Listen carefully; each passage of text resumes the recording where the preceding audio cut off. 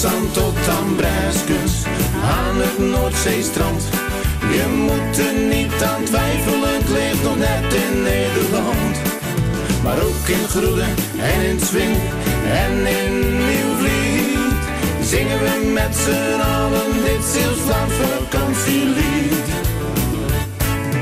Als we op vakantie gaan naar Zeeland aan de zee, een bal, een schep, een vliegen en ook de hond gaat mee. Een hele dag genieten in het goudgeel zand. Wat is het toch fijn in ons Zeeuws-Vlaams vakantieland. Van Katzand tot aan Breskens, aan het Noordzeestrand. Je moet er niet aan twijfelen, het ligt nog net in Nederland. Maar ook in Groeden en in Zwin en in Nieuwvliet zingen we met z'n allen dit Zeeuws-Vlaams vakantielied. Achter op de auto nemen we de fietsen mee en rijden dan een hele dag door Zeeland aan de zee.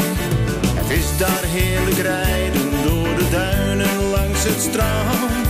En ook in de polders kun je genieten van ons Zeeuws vakantieland. Van Katzand tot aan Breskens, aan het Noordzeestrand. Je moet er niet aan twijfelen, het ligt nog net in Nederland. Maar ook in Groeden en in Zwin en in Nieuwvliet zingen we met z'n allen dit Zeeuws-Vlaams vakantielied.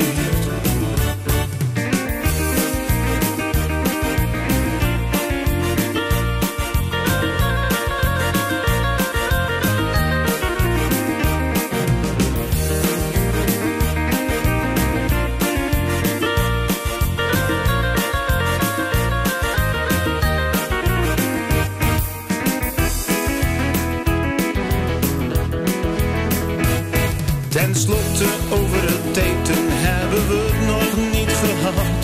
Het zijn hier al Bourgondiërs, maar houden ook van een zak patat. Een heerlijk stukje vlees of vruchten van de zee. Kom ook maar eens proeven en neem je hele familie mee. Van Katzand tot aan Breskens, aan het Noordzeestrand. Je moet er niet aan twijfelen, het ligt nog net in Nederland. Maar ook in Groeden en in Zwin en